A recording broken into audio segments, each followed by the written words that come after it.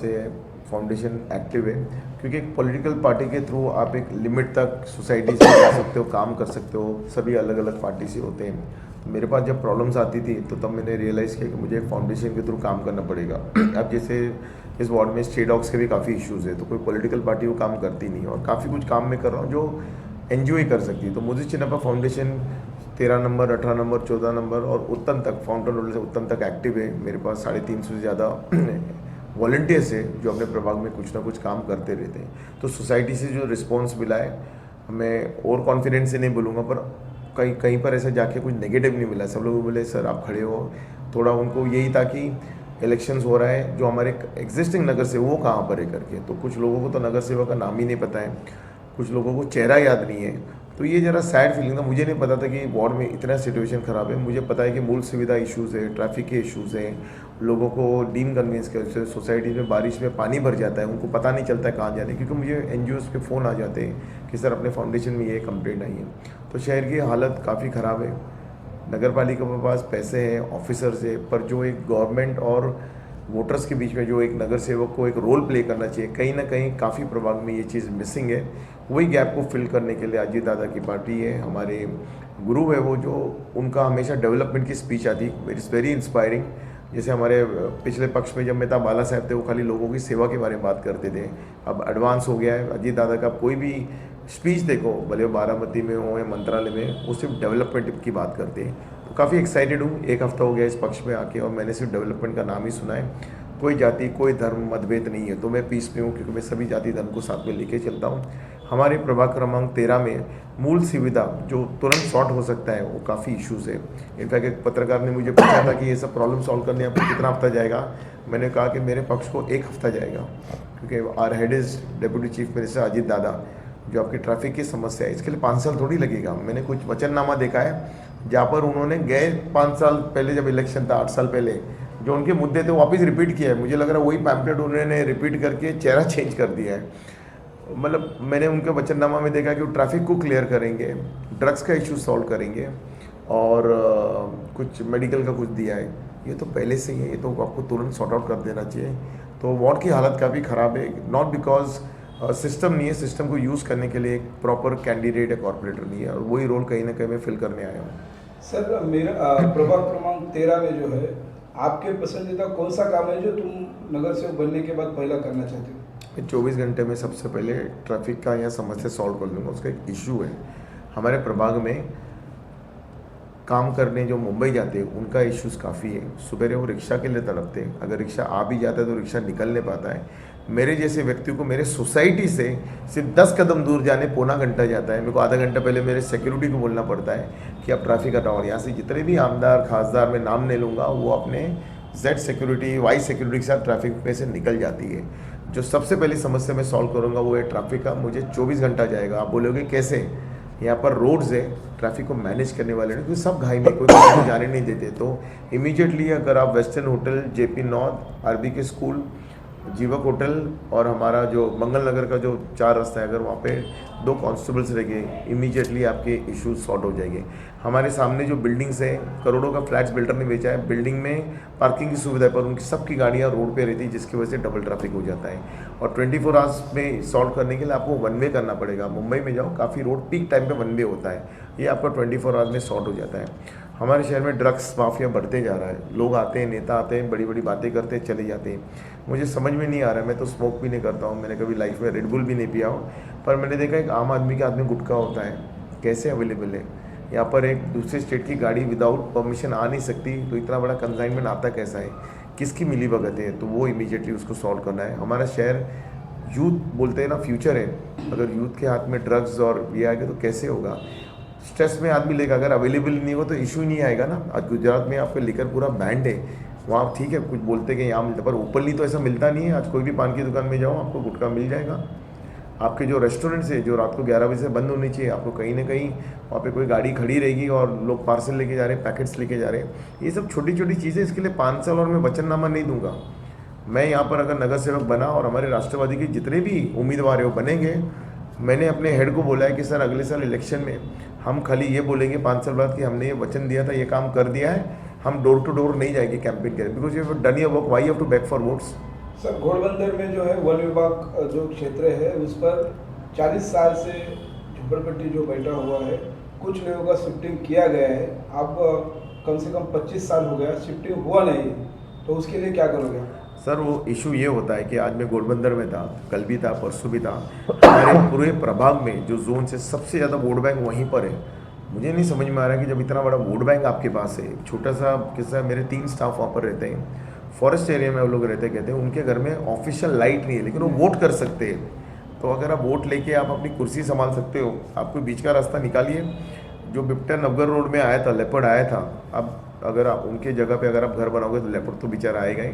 घोड़बंदर में कॉमन है, मैं आज वहाँ पर था भी रैली में, बोले सर महीने में 1-2 बार लेपर्ड आता है, हमारा एक डॉग है मुर्गी लेके जाता है, और it's a common thing, they have stop complaining. Sir Ghodbunder में जो है महिला वर्ग जो है घर घर में काम करने वाला ये लोग है जो महिला, ये आपका क्या रहेगा?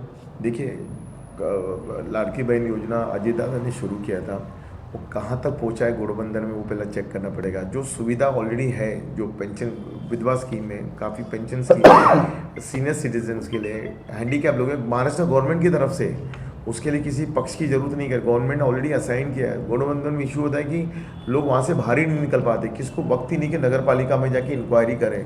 तो हमने ये डिसाइड किया, हमारे प्रवक्ता विशाल जी भी बैठे हैं, हमने ये डिसाइड किया घोड़बंदर इतना तादाद में वहाँ पॉपुलेशन है कि वहाँ पे एक राष्ट्रपति का ऑफिस होना चाहिए, लोगों को जागरूक करने चाहिए, और ये सब जो स्कीम्स हैं हम लोग बोर्ड पे डालेंगे और जो जो उसके लिए एलिजिबल है उनको दिया जाएगा। अब रही बात पेपर वर्क, सबको कंटाल आता है, लोग अपना पासपोर्ट रिन्यूअल कर लेंगे, पर इन सब चीज़ों के लिए अप्लाई करने के लिए लोगों के पास वक्त नहीं है, उनको कोई गाइड करने के लिए नहीं है। तो इतनी बड़ी लोक संख्या नगर सेवक बनने के बाद 100% मैंने घोड़बंदर गांव को ये आश्वासन दिया है कि 16 तारीख को रिजल्ट हम विजय होंगे, विजय रैली निकलेगा, इररिस्पेक्टिव ऑफ दी रिजल्ट। हमने उनको कमिट किया है। जैसे आज मैं वहाँ पर प्रचार कर रहा था, मेन रोड ठीक है, अंदर जाओगे तो आप गिर जाओगे, वहाँ पर रास्ता नहीं है, अंधेरा है, आपको मोबाइल का टॉर्च पूरे घोड़बंदर में जो वहाँ पर हमारा जो रास्ता है फैक्ट्री से लेके वहाँ पर जो मस्जिद है और पीछे जो साईं बाबा मंदिर है, नहीं तो भी आज कम से कम हम लोगों ने 1000 से 1500 घर को कवर किया है, कहीं पर भी लाइट्स नहीं है।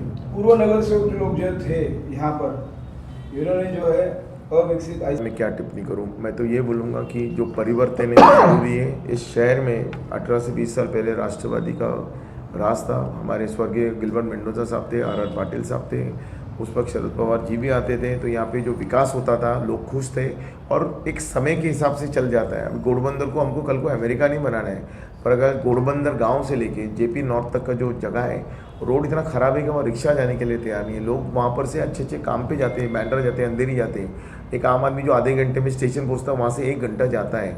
वहाँ पर काफ़ी महिलाएं हैं जो अपने कुटुंब में अपने हस्बैंड को सपोर्ट करना चाहती है, बचतगत योजना है, काफ़ी कुछ स्कीम्स है जहाँ पर वो सिलाई मशीन जो योजनाएं गवर्नमेंट की तरफ से आती है वो हमको मुहैया कराएंगे। जो आपके वहाँ के नगर सेवक की बात छोड़ो, वहाँ पर उप महापौर और महापौर भी वहाँ से आ चुके, मैं उनके बारे में टिप्पणी नहीं डालूंगा क्योंकि सब हमारे इलेक्शन आज होगा, कल उनके बारे में टिप्पणी करके मुझे उनके बारे में कुछ गलत नहीं बोलना है। लेकिन मैं लोगों को यही कहूँगा कि मैं जिस पक्ष से इलेक्शन लड़ रहा हूँ, अजीत दादा डेप्यूटी चीफ मिनिस्टर है, पावरफुल है, 9 मिनिस्ट्रीज़ उनके पास है। घोड़बंदर में इतने सारे खिलाड़ी हैं, मिनिस्ट्री ऑफ स्पोर्ट्स भी अजीत दादा के पास है, फाइनेंस उनके पास है, उनके पास उस सिस्टम में पावर है करके, और जो भी ये स्कीम्स आ रही है हम उनको मुहैया कराएंगे।